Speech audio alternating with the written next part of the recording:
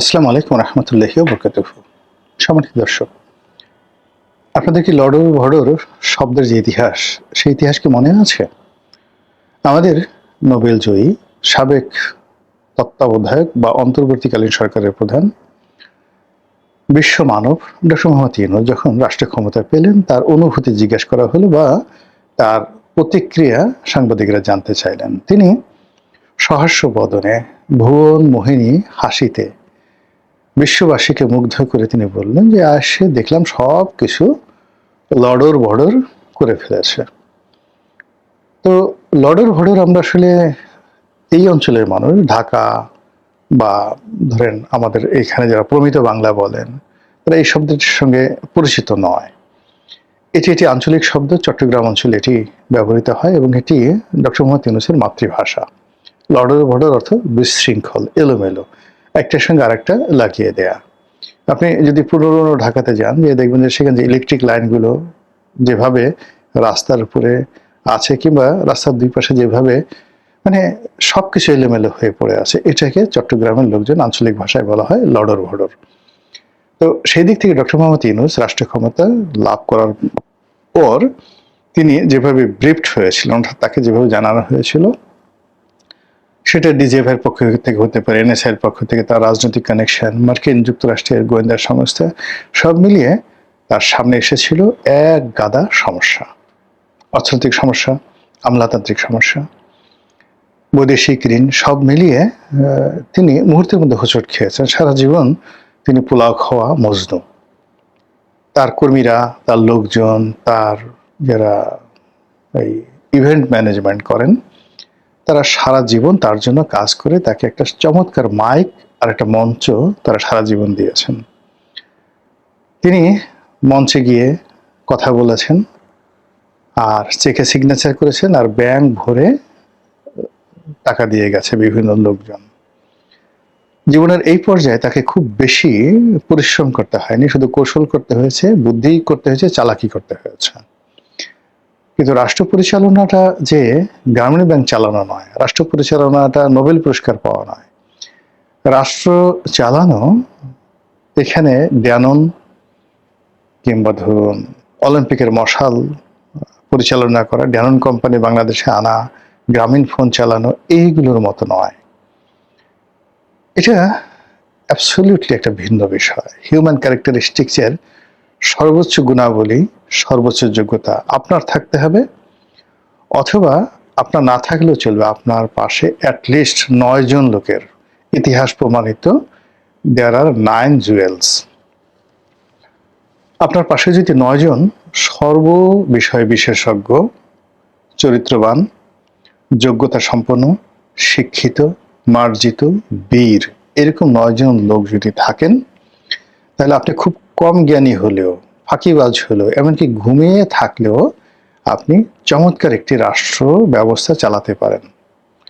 যেমন ধরুন চন্দ্রগুপ্ত মৌর্য, তার 9 জন জেনারেল ছিল বা 9 জন রত্ন ছিল, 9 জুয়েলস।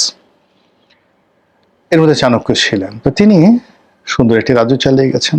এই 9 জন যে জেনারেল, 9 জন রত্ন, 9 জন মন্ত্রী, আমির ওমরা, তারা আবার তার ছেলে বিন্দুসার, বিন্দুসার জমানাতে ছিলেন।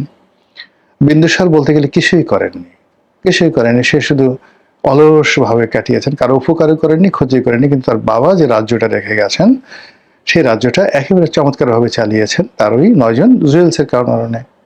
আচ্ছা, তো একইভাবে ধরুন অন্যান্য যারা আছেন, ইতিহাসের যত বিখ্যাত, দেশে দেশের বাইরে, সারা দুনিয়াতে সবারই কিন্তু এরকম একটা পরামর্শ সভা ছিল, এবং সেই পরামর্শ সভায় 9 জন, 9 সংখ্যাটা রাজার জন্য খুবই গুরুত্বপূর্ণ। দেয়ার আর 9 জুয়েলস।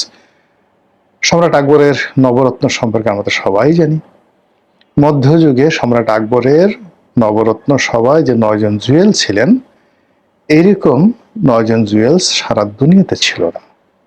সিমিলারলি নেপোলিয়ন বোনাপার্টের ছিল 9 জুয়েলস। সিমিলারলি জুলিয়াস সিজারের ছিল, কনস্টান্টাইনের ছিল, জাস্টিনিয়ানের ছিল, রোমান সম্রাট জাস্টিনিয়ানের ছিল, মার্কাস অর্লিয়াসের ছিল। তো এই যে ধরেন এই যে বিখ্যাত বিখ্যাত লোকদেরকে, ইভেন আলেকজান্ডার তারও কিন্তু 9 জন জুয়েল ছিল এবং সেই জুয়েলের প্রধান ছিলেন প্লেটো। এই অবস্থা। আর্কিমিডিস, যে প্রাচীন গ্রিক সম্রাটের সভাসদ ছিলেন, 9 জুয়েলসের অন্যতম ছিলেন আর্কিমিডিস। কনফুসিয়াস, তিনি একটা মানে তার যে চীন সম্রাট, সেই চীন সম্রাটের অন্যতম সভাসদ ছিলেন। 9 জুয়েলসের প্রধান জুয়েল ছিলেন কনফুসিয়াস।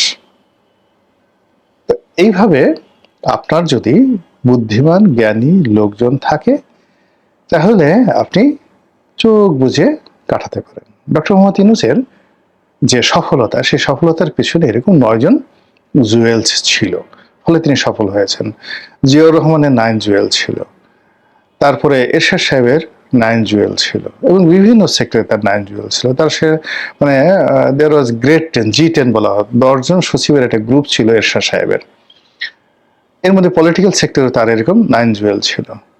তাদের পরামর্শে এরশাদ সাহেবের অত লেখাপড়া, অত জ্ঞান গরিমা, এত কিছু ছিল না। শুধু একটা ভালো মানে যাকে বলে এরকম একটা সঙ্গ থাকার কারণে সে 9টা বছর দেশকে উপহার দিয়ে গেছে। শেখ হাসিনার এরকম 9 জুয়েল ছিল। সে যত কিছু করুক না কেন, তার একটা এরকম জ্ঞানী গুণী এরকম 9 জন লোকের একটা বিরাট পরিষদ ছিল।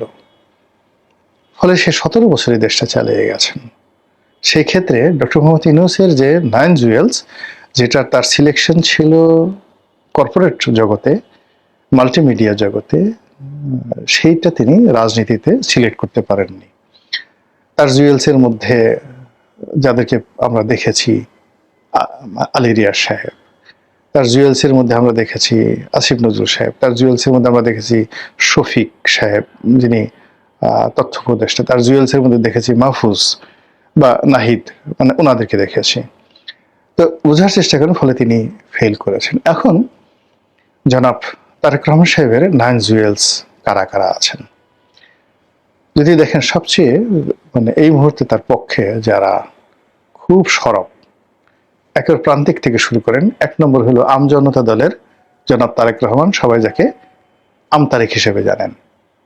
1 নম্বরে তাকে মানে সবচেয়ে প্রমোট করুন। 2 নম্বরে যে তুমি ধরেন আমতারেক সাহেবের পরে, সেটা হলো রাশেদ খান, যাকে তিনি সচিব পদে নিয়োগ দান করেছেন। রাশেদ খানের পরে যদি আপনি ধরেন, তার পক্ষে কথা বলেন, সবচেয়ে বেশি কথা বলেন নুরুল হক নুরু, গণ অধিকার পরিষদ। এটা হলো 3 নম্বর জুয়েল। 4 নম্বর জুয়েল আছেন আন্দালিব রহমান পার্থ। 5 নম্বর জুয়েল আছেন যারা তার পক্ষে কথা বলেন বা রাজপথে আছেন, তাদের হলো যুবদল নেতা নয়ন। যুবদল নেতা নয়নের পরে তার সঙ্গে আছেন জুনায়েদ সাকি, 6 নম্বর। তো জুনায়েদ সাকির পরে সরকারের যে গুরুত্বপূর্ণ ব্যক্তি আপনি যদি ধরেন, সেটা হলো যে ওনার এখন খুব কাছাকাছি ওনার ডেপুটি বা প্রেস সেক্রেটারি আছেন, সবসময় ওনার সাথে থাকেন, এরকম তাকে ধরে নেওয়া হয় তিনি 9 জুয়েলসের মধ্যে একজন। 7 নম্বর, আমি ভদ্রকের নাম এখন মনে করতে পারতেছি না।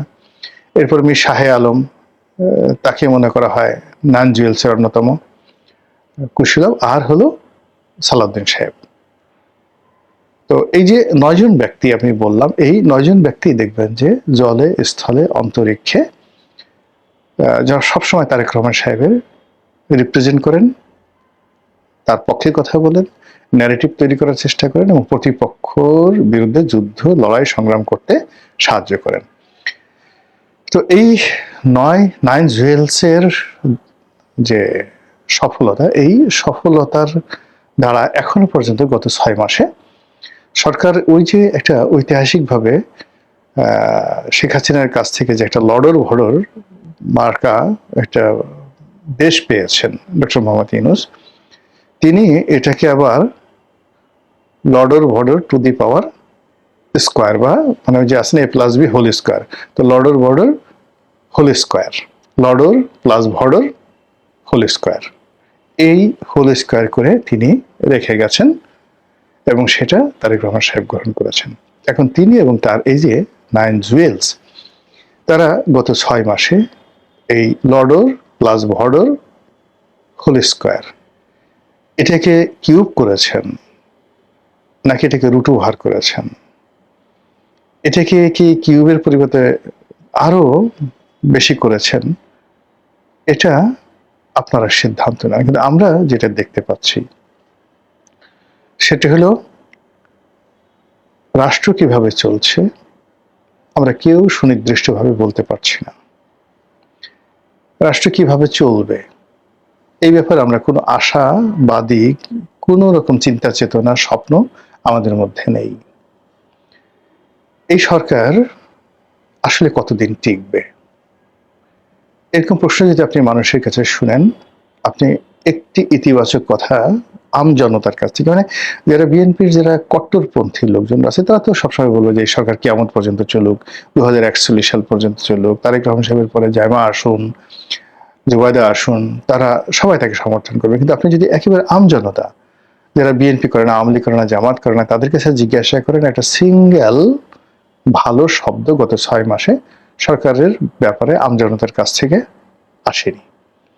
তো কাজে আগে যে লডর ভডর, সেই লডর ভডরটা এখন আরো বেশি লডর ভডর হয়ে গেছে। একটা মানুষ বেঁচে থাকে তার স্বপ্ন নিয়ে আর তার স্মৃতি নিয়ে। আমরা যদি গত 17 বছরের স্মৃতি চিন্তা করি, শেখ হাসিনা জমানার 15 বছর, ডক্টর মোহাম্মদ ইউনূসের 2 বছর, এই 17 বছরের স্মৃতি, তার আগে 1/11 যে স্মৃতি, আমাদের কাছে এখনই মনে হচ্ছে 1/11টা আসলে আমাদের একটা সুখ স্বপ্ন ছিল।